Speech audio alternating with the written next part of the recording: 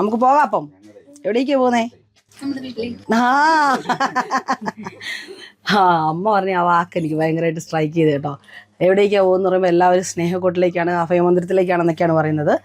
അതല്ല, നമ്മുടെ വീട്ടിലേക്കാണ് നമ്മൾ പോകുന്നത് അല്ലേ. ഞാൻ ഇന്ന് എത്തിയിരിക്കുന്നത് കോട്ടയം ജില്ലയുടെ അതിർത്തി ഗ്രാമമായ മുണ്ടക്കയത്ത് വണ്ടിപ്പതാലിലാണ്.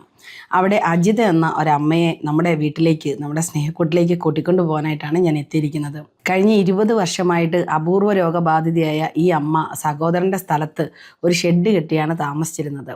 അജിതമ്മയുടെ ഫോണിൽ കൂടിയുള്ള സങ്കട വിളികൾ നമുക്ക് ഒരുപാട് എത്തിയപ്പോഴാണ് നമ്മൾ അമ്മയെ കാണാനായിട്ട് അമ്മയുടെ വീട്ടിലെത്തുന്നത്. സ്ഥലപരിമിതി മൂലം നമുക്കിവിടെ ഒട്ടും സാഹചര്യമില്ലാത്തൊരു അവസ്ഥയായിരുന്നു. എങ്കിലും അമ്മയുടെ സ്ഥിരമായിട്ടുള്ള വിളികളും അമ്മയുടെ അവസ്ഥ പറഞ്ഞപ്പോൾ നമുക്ക് അമ്മയുടെ അവസ്ഥ ഒന്ന് നേരിട്ട് കാണാമെന്നോർത്തിട്ടാണ് എത്തിയത്.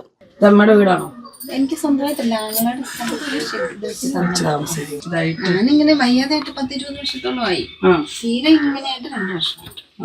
മറ്റേ നടക്കുകയൊക്കെ ചെയ്യായിരുന്നു. അത്യാവശ്യം തന്നെ എഴുന്നേറ്റ് കയറെ പിടിച്ചാണ് ഇത്ര ക്ഷീണമില്ലായിരുന്നു. ആ ഷെഡിനുള്ളിലെ ഒറ്റമുറി വീട്ടിൽ തൂക്കിയിട്ടിരിക്കുന്ന കയറുകളെ പിടിച്ചാണ് അമ്മ ബാത്റൂമിൽ പോവുകയും അമ്മ കിടക്കുകയും ഒക്കെ ചെയ്തിരുന്നത്. ശരിക്കും കണ്ടപ്പോൾ വല്ലാത്തൊരു പറയാൻ പറ്റാത്തൊരു വേദനയാണ് എനിക്ക് തോന്നിയത്. അമ്മയുടെ ആ സാഹചര്യം നേരിൽ കണ്ടപ്പോൾ അമ്മയെ ഒരുപാട് ആളുകൾ, അമ്മയുടെ കൂട്ടുകാരും അമ്മയുടെ അയൽവാസികളും ഒക്കെ സഹായിച്ചിട്ടാണ് അമ്മയുടെ ഓരോ ദിവസങ്ങളും കഴിഞ്ഞു പോയിക്കൊണ്ടിരുന്നത്. ഭക്ഷണം എന്നാ ചെയ്യും? നിങ്ങൾ ഉണ്ടാക്കി കൊണ്ടുവരുവാണത്? ഇവിടെ ഉണ്ടാക്കും, ഇവിടെ വന്ന് ഉണ്ടാക്കി തരും. ആ കഞ്ഞിക്കലൊക്കെ ഉണ്ടല്ലേ. അപ്പൊ നിങ്ങൾ വന്നിട്ട് ഇവിടുന്ന് ഉണ്ടാക്കി കഴിപ്പിച്ചു. അപ്പൊ ആശാവർക്കറായിട്ടുള്ള ഫ്ലോർ ചേച്ചിയും അതുപോലെ തന്നെ മെമ്പറായിട്ടുള്ള പൊന്നമ്മ ചേച്ചിയും ഒക്കെ ഉണ്ട്. പിന്നെ തന്നെ ഇവിടെ കുറെ ആളുകളൊക്കെ കൂടിയിട്ടുണ്ട് കേട്ടോ. നമുക്ക് പോകാം അപ്പം. എവിടേക്കാ പോകുന്നേ? ആ അമ്മ പറഞ്ഞ ആ വാക്ക് എനിക്ക് ഭയങ്കരമായിട്ട് സ്ട്രൈക്ക് ചെയ്ത് കേട്ടോ. എവിടേക്കാ പോകുന്ന പറയുമ്പോൾ എല്ലാവരും സ്നേഹക്കൂട്ടിലേക്കാണ്, അഭയമന്ദിരത്തിലേക്കാണെന്നൊക്കെയാണ് പറയുന്നത്. അതല്ല, നമ്മുടെ വീട്ടിലേക്കാണ് നമ്മൾ പോകുന്നത് അല്ലേ.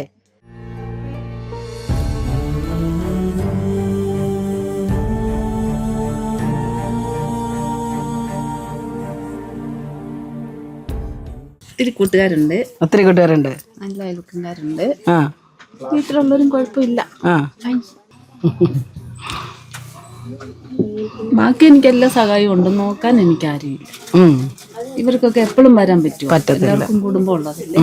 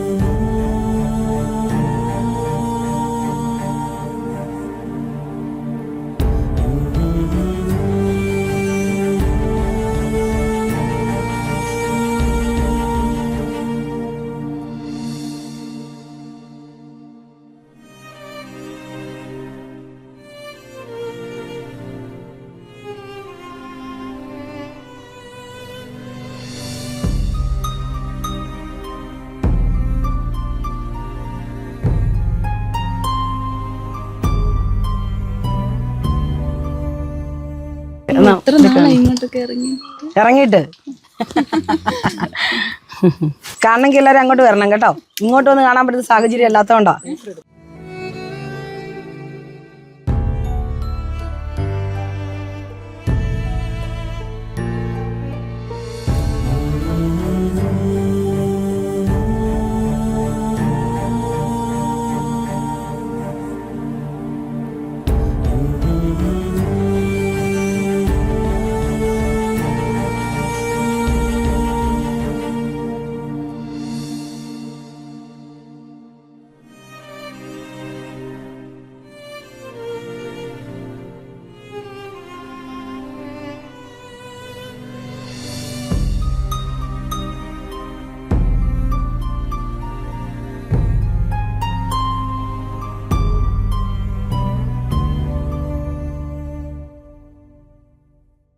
20 വർഷമായിട്ട് കിടപ്പാകുക എന്നാൽ നമ്മളെയൊക്കെ സംബന്ധിച്ചിട്ട് നമുക്ക് ചിന്തിക്കാൻ പോലും പറ്റാത്തൊരു സാഹചര്യമാണ്. അപ്പോൾ ആ ഒരു സാഹചര്യത്തിൽ ഉള്ള ഒരു അമ്മയെ ഒപ്പം കൂട്ടുക എന്നുള്ളത് ഒരു വലിയ ഒരു ദൗത്യമാണ് ഏറ്റെടുത്തിരിക്കുന്നത്. കാരണം ഒന്ന് താങ്ങി പിടിച്ചാലല്ലാതെ അമ്മയ്ക്ക് എണീറ്റിക്കാനല്ല ബാത്റൂമിൽ പോകാനോ ഒന്നും പറ്റാത്തൊരു സാഹചര്യമാണ്. എന്നിരുന്നാലും ഇതുപോലുള്ള ആളുകളെ കാണുമ്പം നമുക്ക് കണ്ണടയ്ക്കാൻ സാധിക്കാറില്ല. അതുകൊണ്ട് അമ്മയെ കൂടെ ഒപ്പം കൂട്ടുകയാണ്.